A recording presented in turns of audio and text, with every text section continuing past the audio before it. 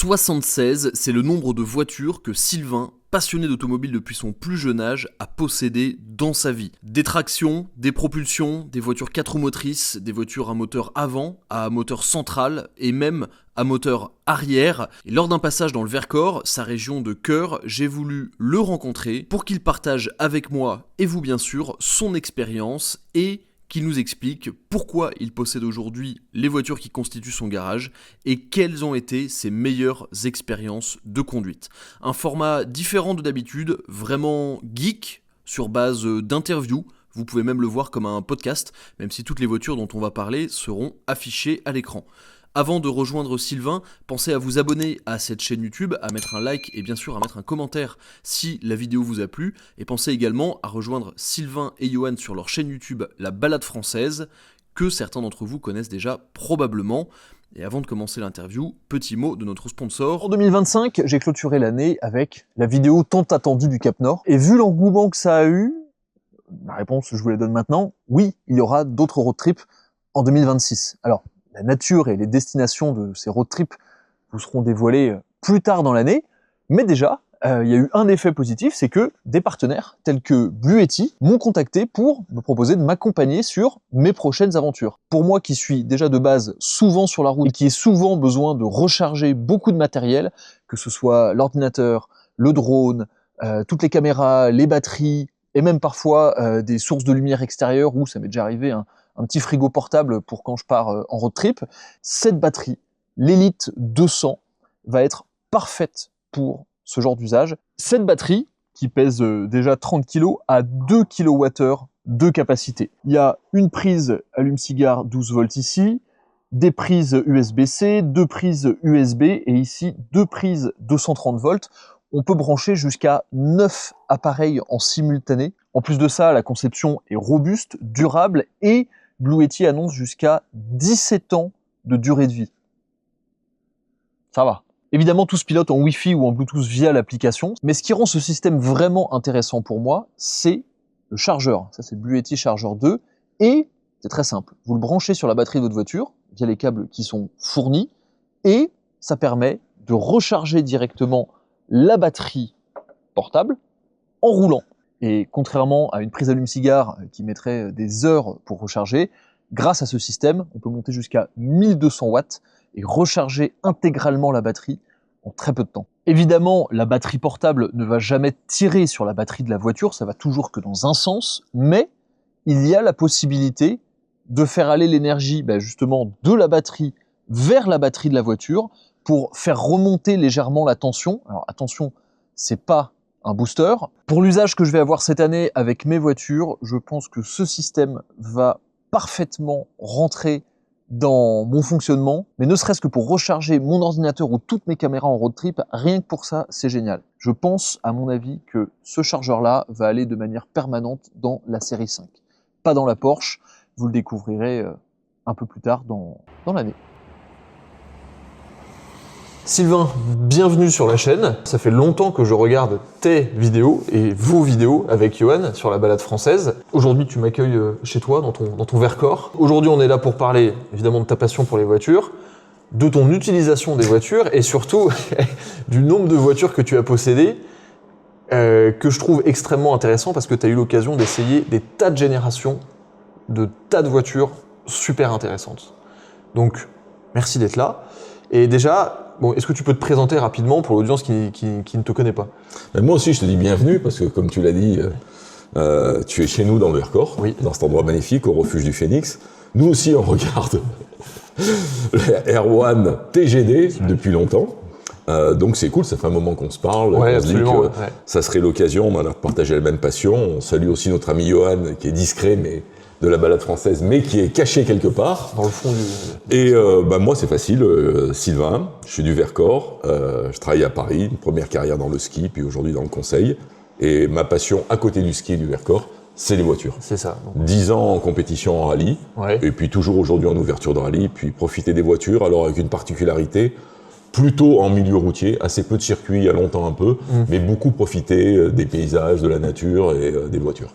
Et ce qui nous a rapidement rassemblés, c'est une vision assez commune de l'automobile dans, on va dire, la spécificité de l'utilisation des voitures. C'est-à-dire qu'on prend une voiture et on se dit « Ok, je veux faire ça avec » et une passion pour régler les voitures un peu suivant cette utilisation.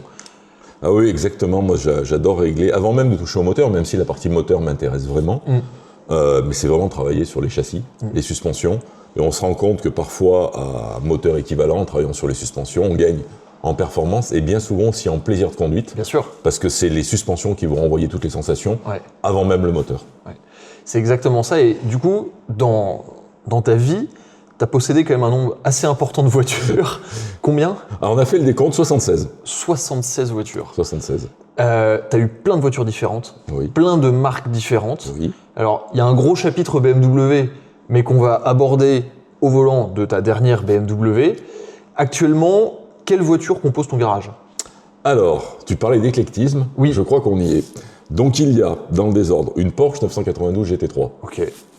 Une Mégane 4 RS Trophy R. Ok, donc la version hardcore. Voilà. Une BMW M4 compétition X-Drive 2025, dans laquelle on sera tout à l'heure. Ouais. Une Alpine A116, 300 chevaux. Ah oui, ça, on sent que ça me plaît. Voilà, je le savais, j'ai vu tes yeux s'allumer. Une voiture très incomprise, dont on parlera peut-être, la Golf 8R 20e anniversaire. Effectivement, on va en parler, parce que je comprends pas. Voilà. Et j'espère que je n'oublie rien, et un Ranger Raptor. C'est ça. Essence, voilà.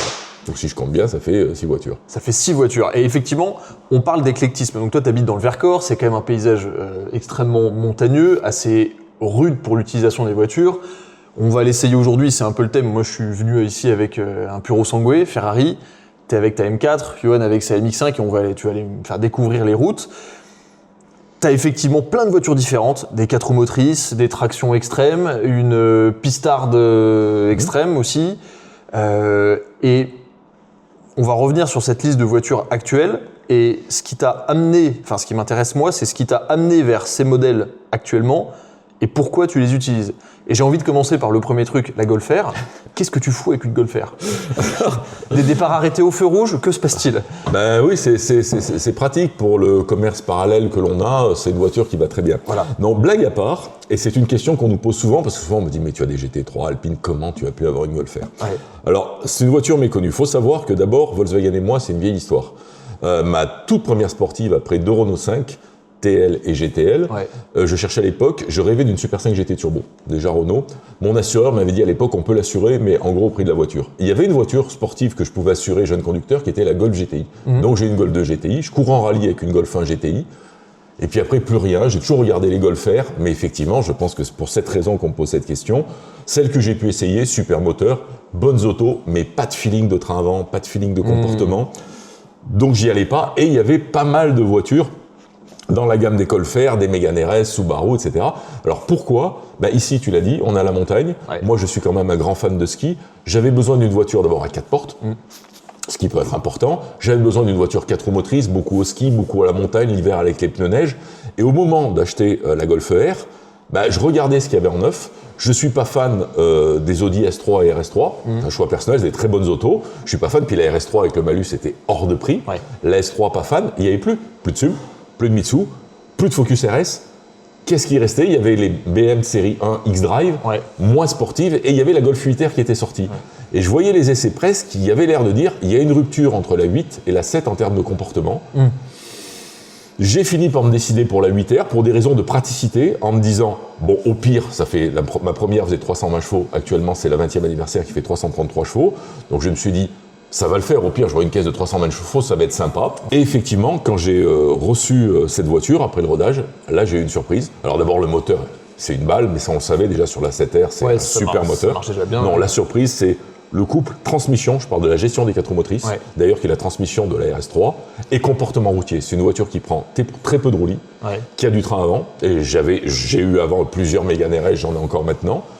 Et surtout, cette gestion de la transmission, avant, arrière, les différents modes, notamment le mode Nürburgring fait pour le Nürburgring, mais en fait qui va très bien sur les petites routes bosselées, est extraordinaire. Et donc j'ai trouvé une voiture qui faisait le job, confort, GT, les portes, le coffre, les 4 roues motrices, mais qui en plus, à ma grande surprise, me donnait du plaisir de conduire, impressionne tous les gens que j'ai emmenés dedans, pas les impressionne par la puissance, parce qu'elle marche vraiment, mais ce comportement. C'est vraiment une petite sportive de montagne, très sympa, qui est sur une échelle de 0 à 100 entre sport et GT. Je m'attendais à 20% sport, 80% GT. Ouais. Je dirais 70% sport, 30% GT. Ah, Grande surprise. Et on a du mal à le croire parce qu'elle n'a pas eu de succès à cause du malus et puis parce que c'est pas une voiture que les gens... Donc il y en a très peu. Ouais. Mais je milite pour cette voiture qui est extraordinaire et je l'adore. Ben, ce qui est intéressant là-dedans, c'est qu'effectivement, moi, tu me dis Golf R, le premier réflexe, enfin, le premier truc auquel je pense, c'est de tirer des lignes droites entre deux feux rouges. Le truc, c'est qu'on revient à cette idée de l'utilisation de la voiture dans sa meilleure fenêtre d'utilisation. Et effectivement, tu as le système 4 roues motrices avec en plus, vu que c'est les derniers systèmes, tu as quand même pas mal de couples qui est envoyé à l'arrière. Oui. Ça m'avait marqué dans les nouvelles RS3, Oui. qui ont moins qui donnent moins cette sensation de grosse traction finalement. Là, tu as vraiment une voiture qui enroule. Et c'est de la même manière que je me souviens avoir essayé une Yaris GR dans la montagne. Ben, entre utiliser une Yaris GR sur des routes, je sais pas moi, de région parisienne comme j'avais pu le faire, et utiliser une Yaris GR sur des routes de montagne, tu sens qu'il y a un endroit où c'est fait pour, quoi. Ouais, c'est exactement ça. Et finalement, du coup, je comprends, même si je serais curieux d'essayer, et ça sera peut-être à faire, On fera ça avec plaisir. on fera ça.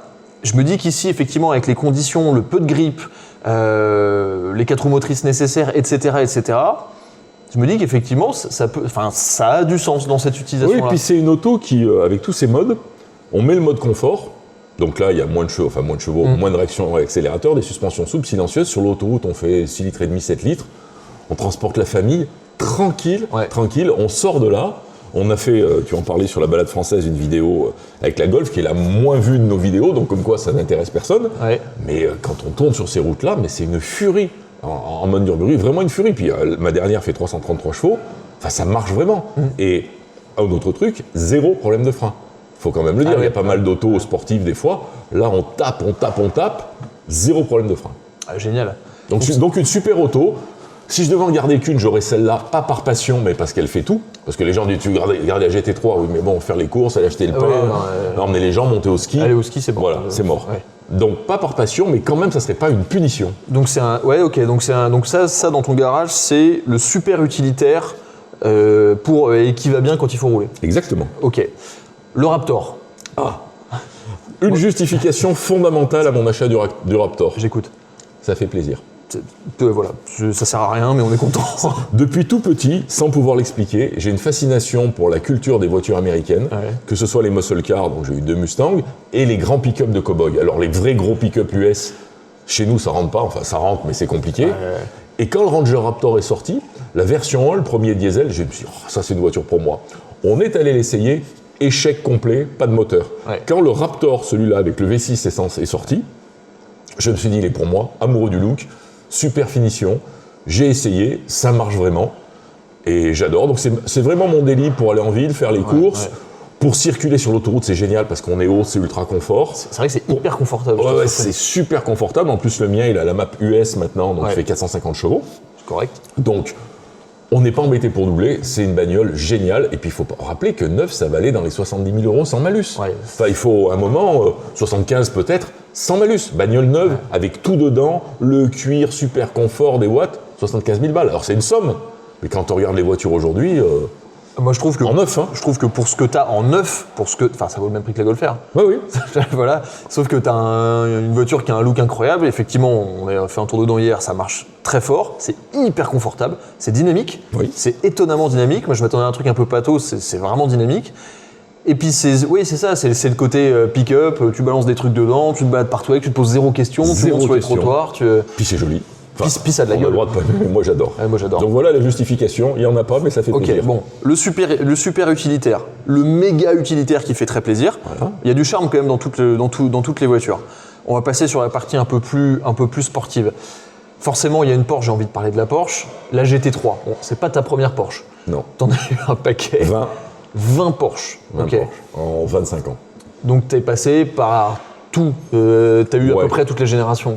Non, la plus ancienne, c'est génération des 3 litres 2. Donc je suis pas allé au SC, mais 3 litres 2. Et après, je crois que j'ai eu une de chaque génération. En 960, donc j'ai des 3 litres 2, j'en ai eu 2, dont une très préparée qui était connue dans le monde Porsche avec un bon moteur, une boîte réétagée, des suspensions rallye, etc.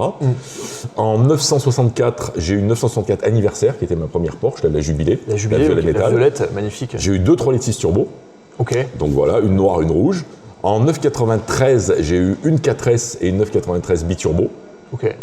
Après, je vais pas faire la longue liste, il y en a beaucoup. Mais par contre, en GT3, j'en ai eu 5. 3 997 GT3 et une 991 phase 2 GT3. Et là, la 992.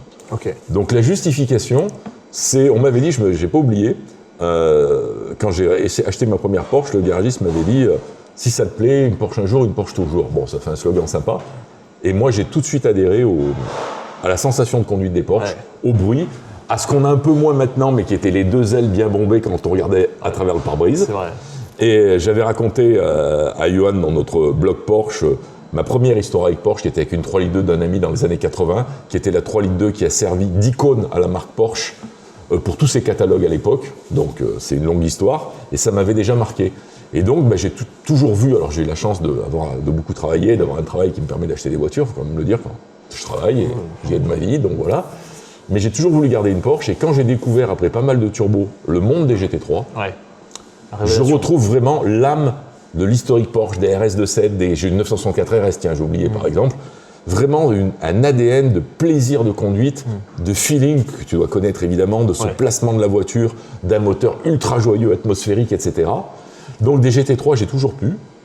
Et j'ai été un peu déçu par la 991.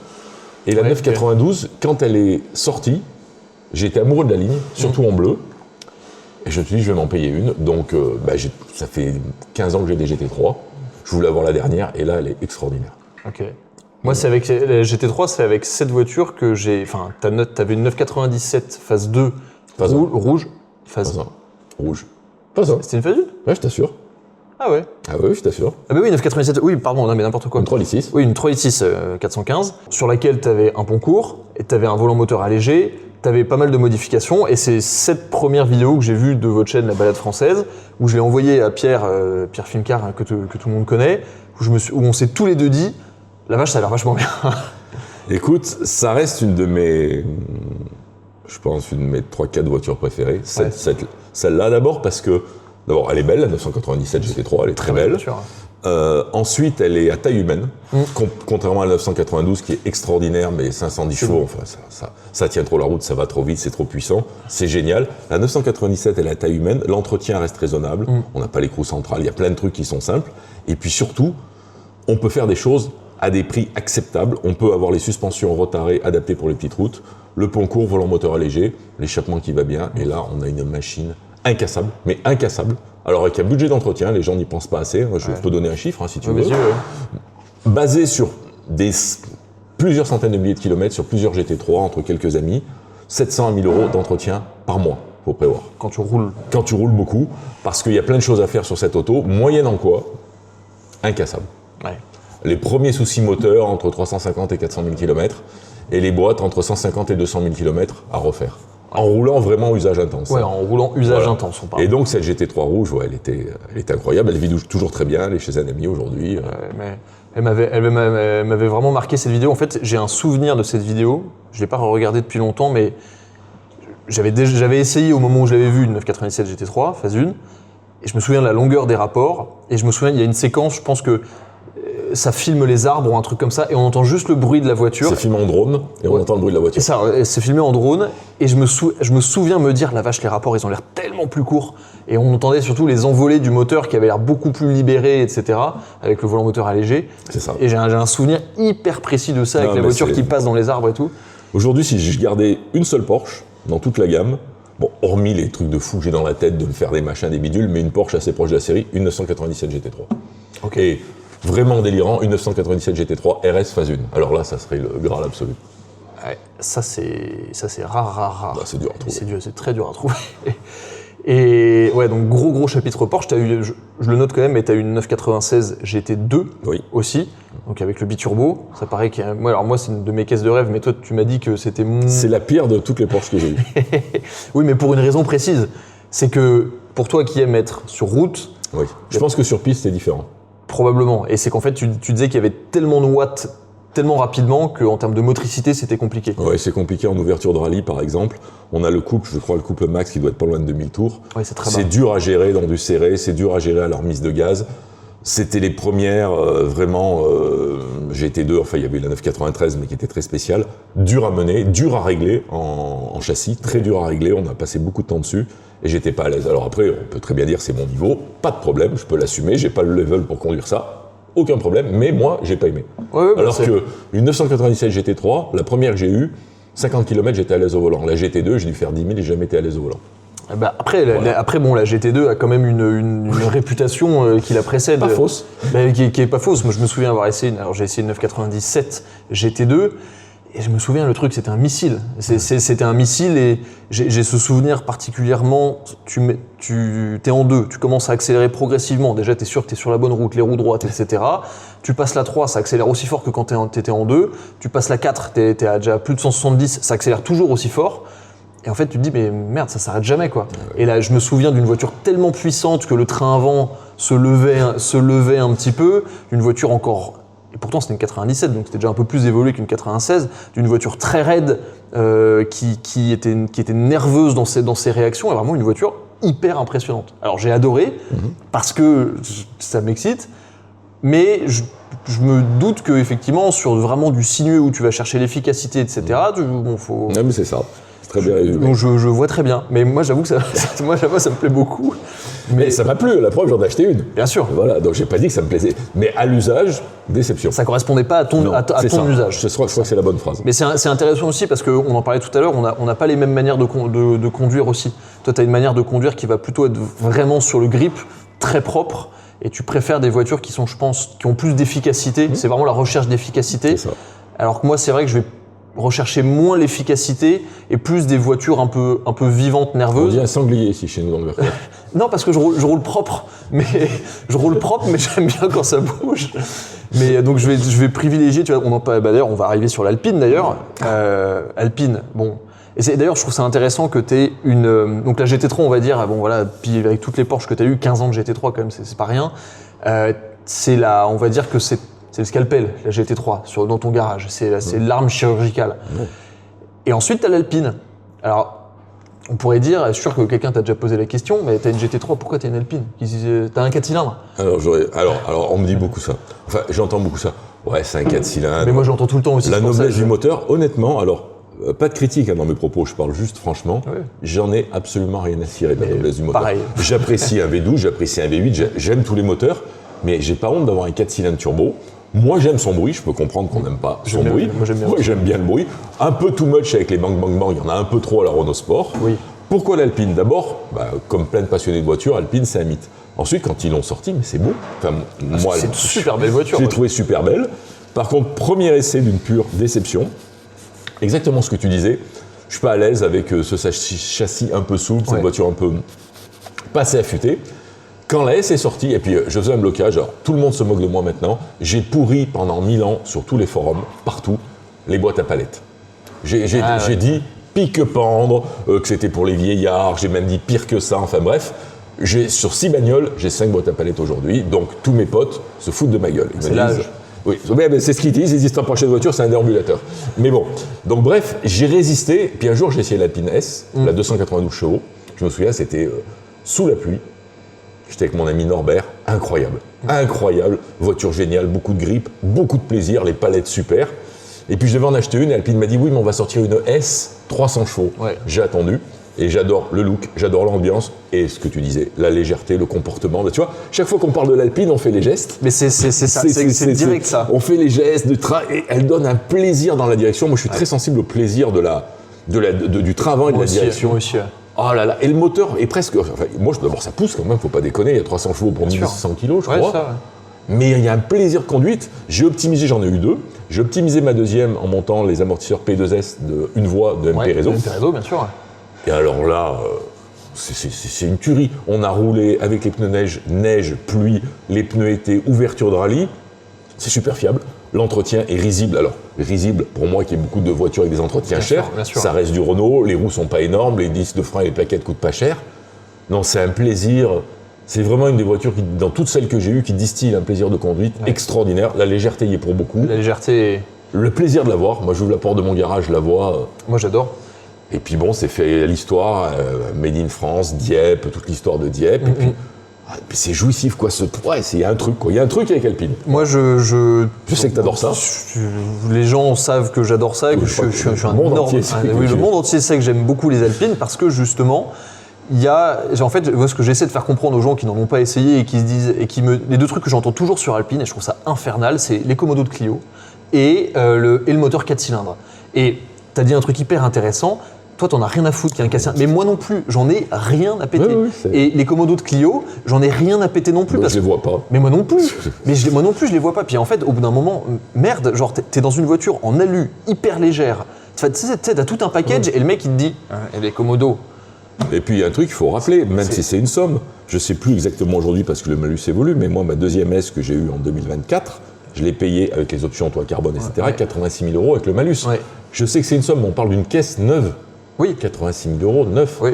Un Boxster neuf, voilà. Mais les gens, en fait, il y a toujours cette espèce de contradiction entre les gens qui n'ont pas essayé des Alpines ou qui restent sur leurs idées, qui disent ouais mais il n'y a pas de noblesse. Et en fait, ce que les gens comprennent pas, c'est que parce qu'ils comparent ça à un Cayman. Déjà moi, je ne compare pas un Cayman à une Alpine. Oui, ça vaut le même prix, mais ça fait pas du tout la même chose. Déjà, ça c'est la première. Et ensuite, le feeling de légèreté que tu as dans une Alpine, il n'existe pas dans un Cayman. Il n'existe pas. Et j'ai déjà conduit back-to-back une A110 S 292 et un Cayman S 981. Dans le Cayman, tu roules. Non, j'avais d'abord fait l'Alpine. L'Alpine, c'est toujours nerveux, t'es toujours dessus, tu sens tout, chaque mouvement de volant, tu fais corps avec la voiture, tu t'assieds dans le Cayman, tu commences à rouler, t'as l'impression d'être dans une Bentley. Tellement c'est beaucoup plus large, c'est beaucoup plus lourd, c'est plus aseptisé. 200 kg de plus, un truc comme ça. Ah, même plus. Et c'est pas du tout le même comportement. Et moi, Alpine, enfin en tout cas de l'Alpine A110 moderne, j'appelle ça une Lotus moderne. C'est le même feeling de légèreté qu'on adore immédiatement dans une Lotus, tu l'as dans une Alpine et c'est incomparable. Et puis une chose que j'ai remarqué, roulant avec pas mal de marques, l'été, des fois je roule avec la GT3 avec la vitre baissée, et j'entends, pas beaucoup, mais j'entends, regarde-moi ce connard avec sa grosse Porsche. Et j'entends avec l'Alpine, oh regarde la jolie petite Alpine. Toujours. Le nombre de pouces levés avec l'Alpine. Ouais. Toujours dans les mêmes endroits, donc à population quasi équivalente. L'Alpine, des sourires, des pouces levés, des hommes, des femmes, des jeunes, des vieux. La Porsche, elle est passionnée, mais il y a l'image, la grosse bagnole de riche. On peut ne pas aimer, pourquoi pas. Mais avec la Porsche, j'ai des insultes. Alpine, j'ai jamais eu une insulte. Moi, on m'a déjà posé la question de quelle était la voiture qui a recevait le plus d'approbation des gens à l'extérieur. Ça a toujours été l'Alpine. Oui, je le remarque aussi. Ça a toujours, et quelles que soient les générations, les jeunes qui la reconnaissent immédiatement, les personnes plus âgées qui disent « Ah, de mon temps, le rallye, machin, etc. » Tout le monde adore cette caisse. Alpine, incroyable. Ouais. Donc elle va rester un certain temps. C'est ma deuxième, mais c'est trop bien. Et effectivement, je trouve que quand tu roules en Alpine, tu roules avec l'esprit, c'est bien, tu roules avec l'esprit un peu plus léger. Ah oui. Parce que tu as une facilité d'utilisation de la voiture liée à justement cette légèreté, ce petit gabarit, cette exploitabilité hors norme. C'est un bon mot. Par rapport, par exemple, si on revient sur la 992, il faut du niveau pour conduire. Moi, je l'ai déjà dit dans la vidéo qu'on a fait avec Johan, j'ai pas le niveau d'exploiter à fond une GT3 992 sur route. Ouais, c'est chaud quand même. Les limites sont loin. Ouais, les limites sont loin. L'Alpine, je prétends pas non plus être arrivé à Tannen, mais elle est exploitable. Ouais, elle est exploitable. On peut vraiment y aller, on n'est pas débordé par la puissance, et donc il y a une partie du plaisir qui vient de pouvoir exploiter la voiture. Bien sûr. Sans frustration, comme tu disais, sans inquiétude ou stress. Ouais, absolument. Et moi j'adore cette caisse. Enfin vraiment, je suis. Alors les gens. Vous pourrez toujours me demander quand est-ce que j'en aurai une. J'en aurai une quand j'aurai les moyens. Enfin, techniquement, j'ai les moyens, mais c'est juste que si j'ai l'Alpine, j'ai plus que ça. Oui, mais tu préfères collectionner des voitures rares de l'Est. Et rouillées. Et que tu sauves dans un acte environnemental important. Et donc tu prolonges la durée de vie. Non, mais tu verras. Mais moi, je suis là pour la planète. On est là, tout ça, quoi. Donc l'Alpine, c'est le scalpel, mais dans une autre philosophie. Oui, puis c'est le plaisir de la route. C'est ça, en fait. Le plaisir absolu de la route, quel que soit le rythme. La GT3, c'est la supercar pour moi. Oui, c'est vrai. C'est ce que j'ai qui se rapproche le plus d'une supercar, pas d'une hypercar. C'est la démesure. Ouais. L'Alpine, c'est la jouissance de la route, quel que soit le rythme. Même cool, c'est génial. Et moi, c'est pour ça, je suis d'accord avec toi, même en ville, j'adore être dans une Alpine. Oui. Parce que tu t'arrêtes pas sur les dodanes. Tu peux la prendre pour n'importe quoi. Ah, mais tu t'arrêtes pas sur les dodanes, ça consomme que dalle. Tu te balades partout, c'est tout petit, tu te gares en 2 secondes, tu poses 0 question, j'adore. Ok, donc ça fait déjà. Qu'est-ce qu'il nous reste comme voiture là ? Il reste 2, je pense. Il reste la M4, mais ça on va en discuter à l'extérieur. Et il reste la Mégane. Et la Mégane. puisqu'on parle de l'Alpine. Non mais attends, parce que tout passionné, on a parlé d'Alpine, et tout passionné de voitures qui vont vite ne peut pas passer à côté de Renault Sport, c'est pas possible. Des Renault Sport, on a eu beaucoup, Oui. t'en as eu des très belles, Oui. R26R, 275 Trophy R, actuellement la Trophy R, donc la dernière, qui sont ce que la GT3 et ta Porsche, ces voitures-là, le sont à la voiture française, quoi. On peut le dire, oui. C'est des voitures qui sont extrêmement affûtées. Et tu me faisais une comparaison tout à l'heure amusante que j'aime bien. Donc j'ai eu 2 R26. Alors j'ai eu mon histoire Renault, je le citais tout à l'heure, c'est R5TL, R5 GTL, mais là c'était pas Renault Sport. Non. Mais quand j'avais la R5 GTL, je rêvais d'une R5 Alpine. Pas Alpine Turbo, mais Alpine. Trop cher pour un jeune conducteur. Mais ma première voiture neuve de tout temps, c'était une Clio Williams. Donc j'ai eu une Clio Williams achetée neuve, la numéro 4776. Génial. Que j'ai gardée 7 ans, qui était une voiture. Voilà, quand j'arrivais ici dans le Vercors avec une Clio Williams, les gens enlevaient leur chapeau, quoi. C'était la voiture, c'était ragnotiste, incroyable. Mais après, donc 2 R26R, une 3 Trophy R, et quand j'avais la 3 Trophy R, j'ai mon ami dit l'Amiral, qui roule lui en 997 GT3 3,8 litres, donc la phase 2.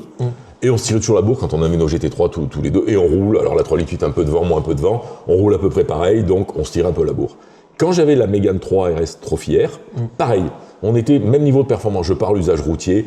Quand j'étais devant, je le mettais en entrée de virage, mais il me remettait à l'accélération. Quand il était devant, j'arrivais pas à le doubler, mais on se collait. Le jour où j'ai eu la Mégane 4, au revoir. Au revoir, et bien sûr, c'est pas le moteur de la Mégane 4 RS Trophy R qui déborde. C'est le châssis. C'est le châssis. En rentrant, donc on est sur des all-ins réglables, donc on peut parfaitement, des fois, j'ai vu des essais où les gens disent « Ah, c'est beaucoup trop dur pour les routes bosselées. » Mais on a des all-ins réglables, 20 clics. Donc moi, j'ai un réglage, je peux vous dire, en ouverture de rallye ou défoncée, ça va très bien. Et donc, il me disait « Mais tu rentres dans les virages, moi, je dois plus freiner. Toi, tu rentres comme une balle, donc déjà, tu mets toute la rentrée. Et à l'accélération avec le turbo, la GT3, il lui faut de la longe, lui, il a pas de pont court. Donc j'étais reparti. Et virage après virage, je grappillais. Il avait du mal. Donc, et d'ailleurs, quand on regarde les temps sur le ring, la Trophy R, elle est un peu devant les GT3 997.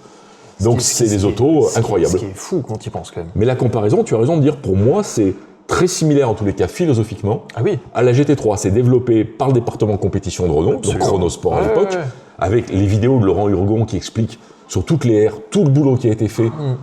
Des fois, on pense au tuning, mais les mecs, tout est analysé. L'épaisseur des triangles, la dureté des ressorts, mais trucs qu'ils font pour rendre ces voitures perfo. C'est vraiment des autos qui ont un développement de malade. Et d'ailleurs, c'est intéressant de regarder les temps entre une Mégane 4 Trophy ou une Mégane 3 RS Trophy et leur version R. À moteur et boîte équivalente, tout est au poids et aux améliorations aéro et châssis. Et l'écart est énorme. Donc, c'est des autos qui, à une époque, pour un budget raisonnable, en tout cas toujours aujourd'hui plus raisonnable, qu'une GT3, une Mégane 4 RS Trophy R avec 55 à 65 000 euros. Voilà, c'est une auto extraordinaire de pilote, très fine, très jouissive, quasi voiture de course, pas de banquette arrière, les baquets, les harnais, moins d'insonorisants, ça marche, c'est extrêmement jouissif. Et moi, c'est ma voiture désormais d'ouverture de rallye, vraiment ultra sport, je la sors peu. Mais c'est ma petite voiture de course de route. Oui, puis c'est vraiment une voiture exclusive aussi. Puis c'est joli. On a le droit de pas aimer, mais c'est joli. Moi j'adore. Moi j'avoue que j'ai une fascination pour le mythe, entre guillemets, parce que c'est un peu de ma génération quand j'ai vraiment commencé à m'intéresser aux voitures. La R26R, pour moi, il y a un côté mythique. Puis le look, etc., j'adore. La 275 Trophy R, donc la 3, en termes de look, c'est ma préférée. Moi aussi. Avec les pole positions et tout, les jantes rouges, je la trouve sublime, cette bagnole. Et la 4, visuellement, me parle moins. Par contre, j'en ai jamais essayé, mais toutes les personnes qui ont essayé m'ont toujours dit, mais cette voiture, c'est une GT3 RS. C'est fantastique. Vraiment, et on va faire d'ailleurs, avec Johan sur la balade française, on va faire un comparatif qu'on nous a pas mal demandé entre l'Alpine A110S et la Mégane Trophy R. Hyper intéressant. J'ai mon idée, mais pour être honnête, pourtant je connais bien les deux autos, il faut passer de l'une à l'autre. Parce qu'a priori, j'ai mon idée, donc j'en parlerai pas, parce que je suis peut-être dans le faux complet. Même route, passer de l'une à l'autre, et on va voir. En fait, même au chrono, je sais, parce que là, les temps sont dispo. La Mégane est devant. Sur circuit. La Mégane est devant au châssis. Sur petite route, on va voir. Et on va pas parler que de perf, on va parler de feeling. Qu'est-ce que si vraiment on me met un flingue sur la tempe, on dit t'en prends qu'une. Ce que j'ai pas du tout envie de faire, mais avec le flingue sur la tempe, oui. Et donc on va aller voir et je dirai à la fin, si je dois en garder qu'une, c'est celle-là. Et c'est ça, en fait. Tout le but de cette discussion, parce que c'est un format un peu particulier, un peu de discussion sur ma chaîne, mais je trouvais ça intéressant. En fait, parce que je trouve hyper intéressant, c'est que tu as eu plein de voitures et ça te permet en fait de comparer, comme je le disais au début, les philosophies par rapport à l'usage que tu veux en faire et tu regardes si oui ou non la philosophie de telle ou telle voiture correspond à ce que tu veux faire et à ce que tu lui demandes. Et avoir autant d'expérience automobile, finalement, ça te permet de vraiment comprendre les nuances parfois très fines qu'il peut y avoir d'une marque à l'autre, d'un modèle à l'autre. En tout cas, moi, c'est comme ça. Moi, c'est ce qui me plaît le plus dans mon métier qui me permet d'essayer plein de caisses. C'est qu'en fait, c'est pour ça d'ailleurs que j'aime bien conseiller les gens. Parce que les gens, ils me disent, ok, j'ai une idée, j'ai tel budget, je lui dis, tu veux faire quoi avec la voiture? Ça, t'aimes bien quel genre de truc? Moteur avant, je lui dis, paf, prends ça. Et en général, je me trompe pas trop, parce que l'expérience fait que je sais ce qui convient bien pour qui. Et toutes les autos dont tu me parles, c'est par rapport à ton usage, c'est des autos qui font beaucoup de sens, et aussi par rapport à ta manière de conduire, etc. Et pour la dernière, il reste la M4, dont on va aller parler, parce que tu as eu pareil une longue liste de BMW, mais j'aimerais quand même faire une petite aparté, tu en as parlé tout à l'heure sur les voitures américaines, et notamment sur les Mustangs. Parce que tu as eu 2 Mustangs, une GT500 2012, donc version un peu énervée là, et une Bullitt. Et on pourrait immédiatement de prime abord, on pourrait se dire, mais attends, qu'est-ce qu'un fan de pilotage et de finesse vient foutre avec des autos comme ça? Moi, j'adore la Mustang. Donc, dis-moi pourquoi et on verra ce qu'on... Alors, la Bullitt, c'est une raison... La GT500, pardon, c'est une raison très particulière. Petit, dans une station essence, il y a une vraie GT500 qui s'est garée avec l'autre côté de la voiture de mon papa. Et je connaissais rien aux voitures, je trouvais le son et cette voiture merveilleuse. Et ça m'a marqué à vie, bleu avec les bandes blanches. Et quand Ford a importé la Mustang en 2007, ils ont assez vite la GT500... non, Ford, ils l'ont pas importé. Ils l'ont sorti et on pouvait les acheter en les important. Ils ont sorti une GT500. Avec les bandes blanches, je tombe amoureux. J'avais essayé une 2010, ils ont sorti la 2012 avec le moteur 550 chevaux. Et là, j'en ai acheté une par un importateur qui l'a acheté aux US. Le look formidable. Ouais, ça a de la gueule. Et là, déception totale. Déception totale. Alors, le look, le son, la puissance, freinage, zéro. Zéro. Et châssis... très étonnamment, châssis, train avant, top, motricité, nul. Oui, mais quand je dis nul, c'est ça. Même sur le sec, alors sur le mouillé, c'est une moto. Faut pas sortir quand c'est mouillé, faut même pas, rien. Ouais. Sur l'autoroute, tu doubles, alors vitesse très longue, je crois que la VMAX en 6ème, ça devait être presque 500 km/h, parce qu'à 130, t'étais à 1200 tours, un truc comme ça. Oui, donc pour doubler dans une montée sur l'autoroute, il fallait tomber 2-3 rapports. Ouais. Si t'écrasais trop, équerre sur l'autoroute. Ça t'arrive une fois. C'est ce qu'on met tout. Pas deux. Donc, très bien.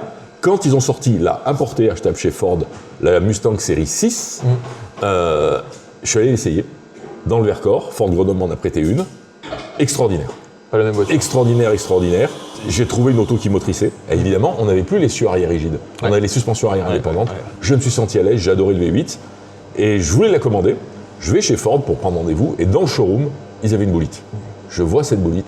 Je dis, putain, mais c'est... Elle me dit, on la vend. Mais je peux la commander. Il y avait quelques milliers d'euros d'écart de prix, je dis Bullitt.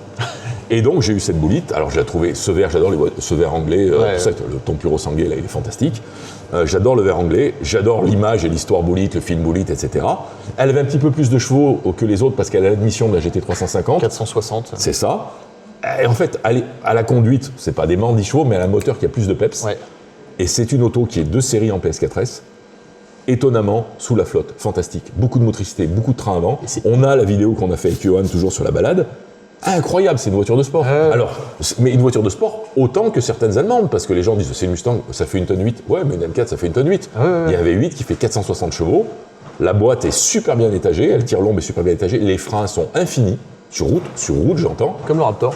Et bon, après, c'est une grosse auto, un poil plus pataude, mais pas molle, très motrice, qui a fait beaucoup de motricité, et surtout ce qu'ont les Américaines, c'est pas les meilleures sportives, mais en termes de sensations données une Corvette, tout ça, c'est le même principe. Ouais. Ils sont là pour le pilote ou pour le conducteur. Ouais. Ils donnent un max de sensations, plus le son. Le son donc entre le look, le son, traverser la France sur les petites routes avec le truc, rouler cool, rouler fort, baisser la vitre, extraordinaire. Ce que tu viens de dire, cette dernière phrase, c'est comme ça que j'ai découvert la Mustang 6. J'ai fait pour la première fois de ma vie en plus toute la route Napoléon avec une Mustang 6 V8 cab. Et je m'attendais à rien. Et on a pris un pied, mais incroyable. Que ce soit sur l'autoroute, c'est d'un confort royal, c'est hyper spacieux. T'arrives dans les petites routes, même en cab, c'était étonnamment dynamique. Alors c'était la boîte 10. Le son du V8 qui se réverbère dans les monts, génialissime. Et je me suis dit, putain, mais c'est génial comme voiture. Et toujours dans ce truc de recommander un peu les voitures aux gens, il y a 1 an et quelques, il y a quelqu'un qui m'envoie un message sur Instagram et qui me dit « Ouais, je cherche une voiture, j'ai des enfants, 4 places, etc. Je regarde une Maserati. » Je lui dis, je lui achète pas ça. Et il me dit une Gran Turismo et tout, je lui achète pas ça et tout. Et je lui dis, mais t'as déjà essayé une Mustang Bullitt ? Et il me dit, parce que vraiment son cahier des charges, il me dit, je veux un truc sympa à conduire, mais quand même confortable, polyvalent, avec du charme. Je veux un truc, tu vois, je sais que quand je la démarre, donc il me parlait de la Gran Turismo, parce qu'il me dit le son et tout. Je dis, à conduire, c'est un peu merdique. Et je lui dis, t'as déjà pensé à la Bullitt ? Il me dit, non, mais au garage Overdrive Automobile où j'entretiens mes voitures aujourd'hui, il me dit, on a une à vendre. J'appelle mon pote Luc Xavier, je lui dis, mec, je t'envoie quelqu'un là, il va voir pour ta Mustang Bullitt. Il l'a essayé, il l'a acheté direct. Et la Mustang Bullitt, moi, c'est une voiture que j'adorerais posséder un jour. Ouais, mais je crois que Johan l'adorait, je l'adorais, tu l'adores. Parce que le cahier des charges est absolument génial, c'est un V8 qui prend plus de 8000 tours. Et neuf, 69 500 €. Ok, il y avait que 10 000 € de malus à l'époque, mais c'est à l'époque où il était vendu. Pour moins de 70 000 balles, t'avais ça en neuf. Et moi, je me souviens d'être une fois allé à Monaco. J'étais autant regardé que les mecs en Ferrari devant le casino avec ma Bullitt. Autant. Donc, pour 70 000 balles... Non, mais c'est une voiture de plaisir et de conducteur. Mais vraiment. C'est une voiture de conducteur, c'est fantastique. C'est vraiment une voiture pour vraiment... Alors, piloter, c'est peut-être un grand mot, mais c'est vraiment super dynamique. Tout allait bien, motricité, frein, elle se plaçait. Moi, j'ai eu beaucoup de plaisir. Et beaucoup de feeling au volant. Une voiture qui se tient bien et tout, donc moi, je suis 100% pour la Mustang Bullitt. Bon, la discussion est longue, mais intéressante. On va aller s'attacher au chapitre motorsport. Allons-y. Allons-y. On se retrouve maintenant dans, on va dire, la dernière voiture et le dernier thème de cette vidéo qu'on pourrait qualifier de branlette intellectuelle autour de voitures pendant des heures sur les routes du Vercors dans ta M4 compétition LCI. Donc vraiment les toutes dernières versions avec les nouveaux phares arrière, un peu comme la M4 CSL, le nouveau volant, la nouvelle dalle, un peu ça c'est un peu nouveau ça aussi. X-Drive, parce que justement, dans le Vercors ça a du sens, je pense. Ça on a, et on est même depuis hier, on est même en pneu neige, en Michelin Pilote Alpin 5. D'abord parce que c'est obligatoire en cette saison, et ensuite parce que je compte m'en servir l'hiver, donc on a mis les pneus neige. Déjà, c'est vrai que ça c'est pareil, c'est une autre version du couteau suisse, cette voiture. Parce qu'on a évidemment l'esprit BMW. Alors là, on est dans un long tunnel dans lequel on faut pas accélérer parce qu'il y a souvent la marée chaussée. Mais en fait, de toute façon, il faut une BM. Alors il faut une BM, moi c'est une longue histoire, BM on en parlera peut-être, mais cette voiture je l'ai achetée historiquement en me disant la Golf R en leasing, c'est une de mes rares voitures en leasing, la Golf R, et je m'étais dit je vais la rendre dans 1 an, et qu'est-ce que je pourrais trouver en 4 roues motrices sympa. Les Golf R, il y en a toujours à vendre, mais le malus malheureusement, je crois que ça les sort à plus de 100 000 €. Ouais. Toujours pas Audi. Et puis BM a sorti, je suis quand même un grand fan de BM, on en parlera, la M4 en X-Drive. Alors je suis d'accord, c'est pas le même prix que la Golf. Non, mais... Voilà. Mais elle me plaisait depuis le début cette voiture, et elle était donc destinée, je dirais pourquoi j'ai dit été au passé, à remplacer la Golf R, voiture X-Drive, pour aller au ski, trap à ski, etc. Et été parce que je vais garder la Golf R qui est trop bien. Ok. Et donc, oui, tu disais, tu as une grosse histoire quand même de possession de BMW, avec une question quand même sur laquelle on terminera qui est quelle est ta voiture préférée de tout ce que tu as possédé, mais tu as eu beaucoup de BMW, beaucoup de M3, toutes les M3 en fait. Pratiquement, alors en BMW, les non-M que j'ai eu, je rappelle, c'était une époque bénie. J'ai eu 2 325iX E30, une break et un coupé. C'est des autos achetées, une 4 000 €, l'une 2 500 €. Faut regarder le prix aujourd'hui. J'ai eu une 335 X-Drive boîte méca. J'ai eu une 1M, on passera ça sous silence. Et après, j'ai eu faut dire que j'ai été bercé. Moi, tu en as un peu parlé, mais je suis un immense fan de rallye. J'ai couru en rallye pendant longtemps. Et il y a une voiture, moi, je suis de la génération qui a été marquée par les M3 E30 de Chatriot, de Béguin, les ProDrive, etc. Et ça, c'était magique. Et mon ami Xavier Ducastel, qui est un peu notre mentor à l'EDG Racing, grand pilote, etc. Et un des derniers à avoir emmené la M3 E30 au rallye Monte-Carlo, des essais avec lui sur la neige fantastique. Donc baigné par la M3 E30, qui était un rêve pour moi. Et un jour, je me suis dit, je vais acheter une M3E30, et tenez-vous bien en termes de prix, ma première M3E30, c'était une Evo 2, donc les 220 chevaux, donc très rare, qui valent une blinde aujourd'hui. Je l'ai achetée chez BMW Cholet, elle avait 71 000 km, elle était deuxième main, et je l'ai payée 72 000 francs. Oui. Voilà. Et donc, c'était ma première M3E30. Il y en avait 2 dans mon village du Vercors, 2 Evo 2. Et j'étais amoureux de la ligne de cette voiture. Puis à l'époque, j'avais la Clio Williams. Donc ça me paraissait pas être le poumon que c'est en vrai en termes de moteur. C'est vrai que c'est un sacré poumon. Ah, c'est un poumon. Mais à l'époque, pour moi, c'était déjà pas mal. Hein. Mais en vrai, c'est... Voilà. Et donc, des M3E30, j'en ai eu 3. La dernière que j'ai eue, c'est la rouge, qui est connue parce qu'on a fait une super vidéo avec Johan sur la balade, qui était une mini Gruppa. C'est-à-dire, elle avait les trains de la Gruppa, les freins de la Gruppa, un petit moteur de 145 chevaux, un pont court, toute faite chez mon ami Hugues Delage. Et c'est vrai que cette auto, elle était incroyable à conduire. Elle faisait des temps exceptionnels. C'est une voiture de course sur la route. Voilà. Donc ça, c'est les M3E30, j'en ai eu 3. Après, j'ai eu les E36. Donc j'en ai eu 2 M3E36, des 3 litres 2. Je pense que ça reste un des super compromis. Super moteur, beaucoup de chevaux, une ligne un peu discrète mais élégante, un comportement formidable. Là, on avait tout. On avait la légèreté, on avait le comportement, on avait les chevaux, on avait le son. Donc c'était vraiment une voiture phénoménale, la M3E36.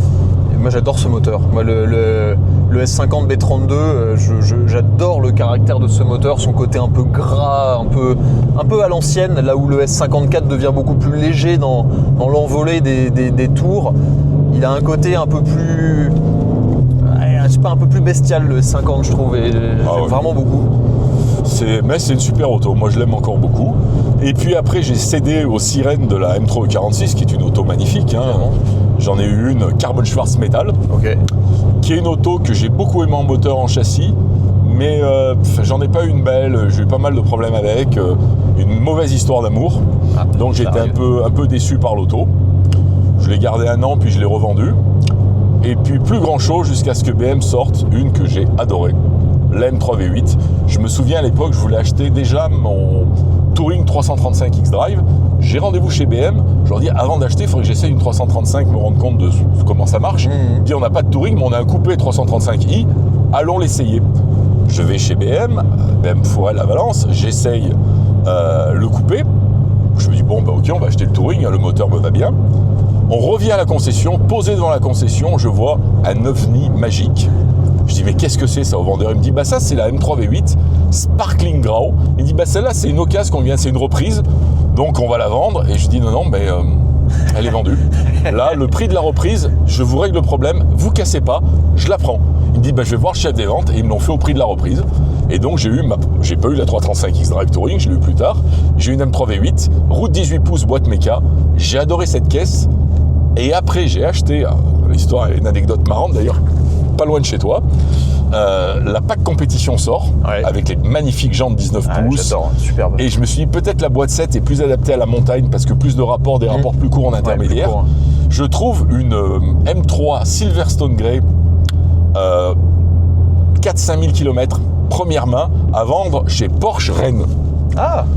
Je contacte Porsche Rennes, je discute avec eux, et puis je me dis je vais quand même checker, j'appelle mes amis de BMW Forel, et je leur dis vous pouvez, j'ai la plaque et tout, vous pouvez regarder des choses sur la voiture. Et là la réponse de BMW, ils me disent mais Sylvain tu vas pas l'acheter chez Porsche, on te l'achète, on va l'acheter nous chez Porsche et on te la vend, laisse-nous faire. Je sais pas ce qu'ils ont fait. Ils ont appelé Porsche, ils ont acheté la voiture, ils me l'ont livrée, tout ça au prix où elle est annoncée là-bas. Donc entre professionnels, ils ont dû avoir un meilleur prix. Mais en gros, donc je l'ai réacheté chez BMW et pas chez Porsche. Et donc j'ai adoré cette bagnole. Pour moi, c'était un moteur mythique, le V8 de cette auto. 65, un équilibre formidable.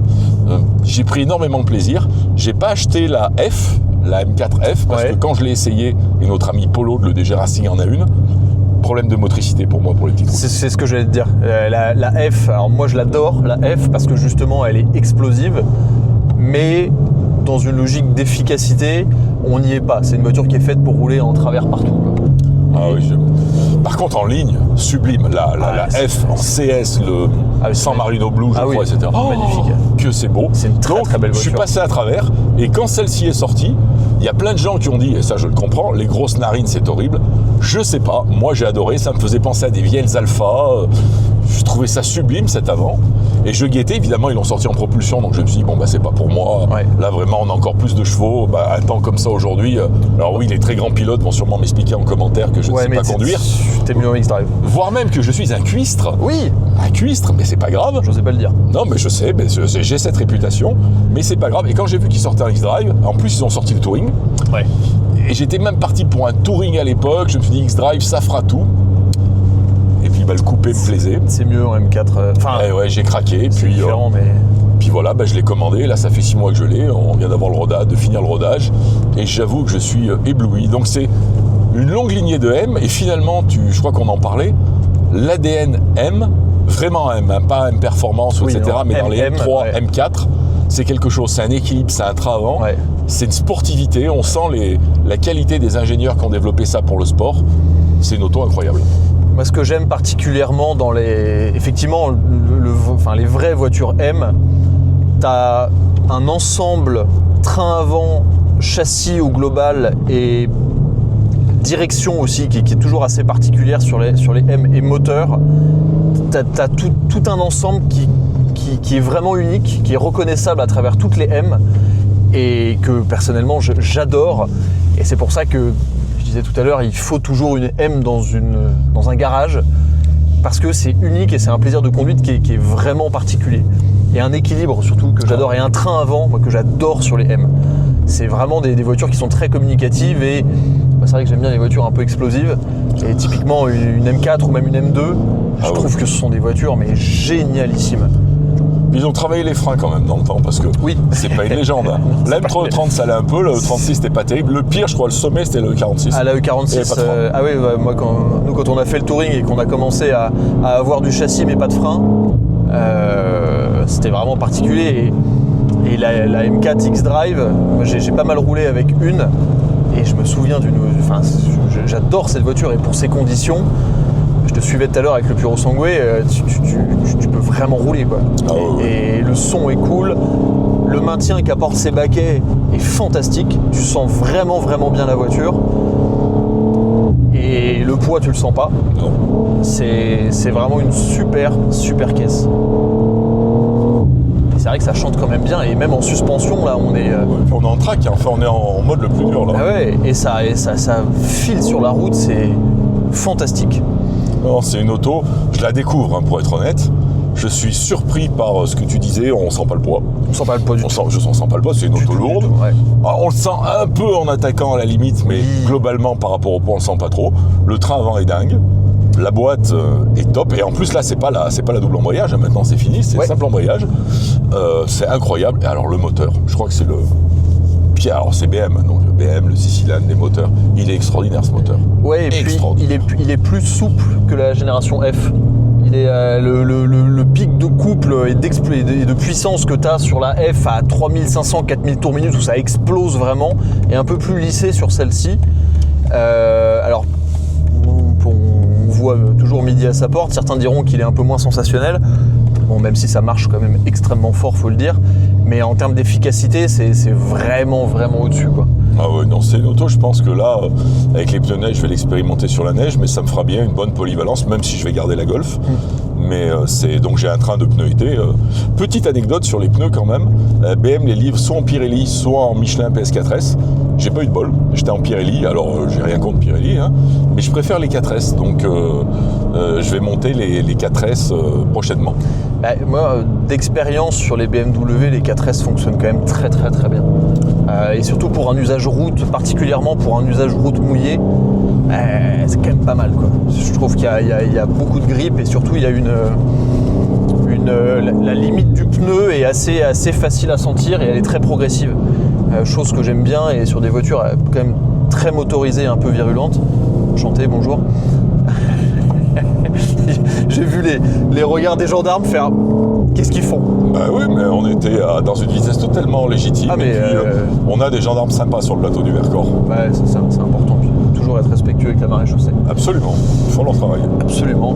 Et ouais, mais bon, écoutez, j'espère en tout cas que cette vidéo... En fait, je veux dire, ce qui m'a poussé à faire cette vidéo un peu de geek, où on discute vraiment voilà, de spécificité de voiture, c'est vos retours sur la vidéo de l'Alpine Schirmer la dernière fois. Parce que vous m'avez dit, on adore les formats geek, on adore les formats longs comme ça. Donc voilà, là je pense que c'est une vidéo qui dure quasiment 1 heure, un peu sans interruption, qu'on a essayé de rendre dynamique avec toutes les intégrations des vidéos qui ont été faites, enfin des photos et des vidéos faites par Johan qui est assis derrière moi de la balade française. Donc voilà, un format technique passionnant avec Sylvain, qui a quand même beaucoup d'expérience et je le redis, je l'ai déjà dit, mais moi ce qui me fascine dans cette chance qu'on a de pouvoir expérimenter l'automobile en long, en large et en travers, c'est cette compréhension des philosophies des voitures, cette compréhension des architectures aussi, qui est passionnante et qui nous permet de comparer et de trouver exactement ce qu'il nous faut dans une utilisation spécifique selon nos affinités avec les marques et selon ce qu'on veut faire avec les voitures. Donc je trouve ça aussi intéressant de comprendre avec ton parcours de toutes ces autos, toutes ces évolutions, comment t'en arrives à un garage comme ça aujourd'hui, quoi. Ouais, et puis là, tu vois, je commence à découvrir la voiture. Il fait 4 degrés, je regardais. On a les pneus neige qui sont vraiment performants aujourd'hui. Hein. Franchement, les pilotes Alpha 5 qui sont dingues. On est en pneus neige, ça va super bien. Non, je trouve que c'est une super auto. Là, on est passé sur des routes bosselées. Je suis en mode de suspension le plus ferme possible. Parce que c'est comme ça que je l'aime. Ça absorbe tout, c'est génial. C'est vrai que c'est surprenant. Ah, ça va se rapprocher. Tout en haut du firmament de mes autos, il y a une BM. Est-ce que, tu disais tout à l'heure, ton Graal un peu, c'est la M3 Groupe A. Ouais. Mais est-ce que, parce qu'aujourd'hui, c'est vrai que tu as quand même des caisses qui sont toutes modernes. Oui. Après, tu as expérimenté tout. Est-ce que parfois le côté peut-être analogue te manque pas un peu, ou est-ce que tu es toujours content de découvrir des autos qui sont quand même de plus en plus performantes? Alors les deux, j'aime bien et ça fait plaisir de voir que les ingénieurs développent des autos comme les Alpines, comme les GT3, les GT3 RS. Enfin, ce qui est un peu dommage, c'est qu'on est privé en France avec le malus des plus petites autos qui étaient géniales. J'adore découvrir ça, mais il y a 2 autos, il y a même 3 autos que je me ferais si je devais me lâcher. Je me reprendrai une M3 Groupe A parce que ça, au firmament de toutes les autos que j'ai eues, que j'ai conduit, la M3 E30 Groupe A, compréhensible. C'est extraordinaire. Il y a des très grands pilotes qui font ça, mais même pour un amateur, une M3 Groupe A, pas max, mais une 280 chevaux, boîte 6, ça se conduit très bien et c'est jouissif. Moi j'ai roulé avec, c'est formidable. Il y a une Subaru Impreza GT, une Groupe A, une petite Groupe A. Alors ça aussi, on aurait ça aujourd'hui sur ces routes avec les bons pneus. Ça serait la guerre. Ouais. Mais on serait en orbite, quoi. On serait navette spatiale. Et puis j'ai un fantasme, j'adore la ligne. On en a beaucoup parlé hier tous les trois avec Johan et toi. C'est la Porsche 964. Ouais. Et je me montrais une 964 Carrera 2 avec le moteur 3,8 litres, la boîte 6 de 993 réétagée pour les petites routes, châssis, suspension petite route, intérieur de RS, 330 chevaux, boîte 6. Alors là, formidable. Effectivement, dit comme ça fait saliver. Ah oui, voilà. Mais non, donc en BM, mon auto préféré, enfin même dans toutes mes autos, ça reste la M330 en Groupe A. Ok. Bon, c'est hyper intéressant d'avoir ce retour et effectivement, je comprends complètement la raison de ces modifications et je trouve ça aussi intéressant parce que toi, pour le coup, tu as vraiment que des voitures de route. Et la nuance est importante parce que aujourd'hui, il y a toujours un peu cette phrase un peu facile de voiture de route faite pour la piste. Mais là, on est vraiment dans l'utilisation purement routière avec des caractéristiques qui doivent suivre cette utilisation. Donc, je trouve ça aussi intéressant, cette nuance. Et d'ailleurs, le mot nuance, c'est vraiment ce qui va caractériser cet échange. C'est que l'automobile, c'est quand même extrêmement complexe. C'est pas du tout aussi binaire qu'on peut le lire sur Internet. Et c'est ce qui rend aussi ce monde-là fascinant. Exactement. Donc voilà, c'est une très belle conclusion de cet échange. Merci beaucoup Sylvain. C'était un plaisir. Pour la découverte de ces petites routes, même si on va continuer à aller s'amuser cet après-midi avec notamment le Ferrari Puro Sangue que j'ai ramené dans ces régions. Et on va aller se restaurer au relais du Phénix. Et merci bien sûr à Johan qui est derrière moi et qui subit, qui tente de survivre. Qui ne dit rien mais qui subit en silence. C'est c'est vrai qu'en termes de motricité, c'est quand même une dinguerie cette voiture. Puis de vertical, oh. Parce qu'en fait, là, on se rend pas compte, mais c'est vachement bosselé. Ah bah c'est hyper bosselé, mais c'est maintenu. Puis ces sièges, ils changent quand même tout. Bon allez, sur ce, avant qu'on s'envole, merci à tous d'avoir regardé, j'espère que ça vous a plu. Format un peu différent d'habitude, mais je teste. Voilà. En fait, maintenant j'avais vraiment envie de faire les formats qui me plaisent. Et parler bagnole pendant 1 heure et le mettre en vidéo, ça fera du bien à tout le monde. Voyez ça comme un petit podcast dynamique. Merci à tous, merci à tous les deux, et on se retrouve dans la prochaine vidéo. Merci à toi, Erwan. Ciao, avec plaisir.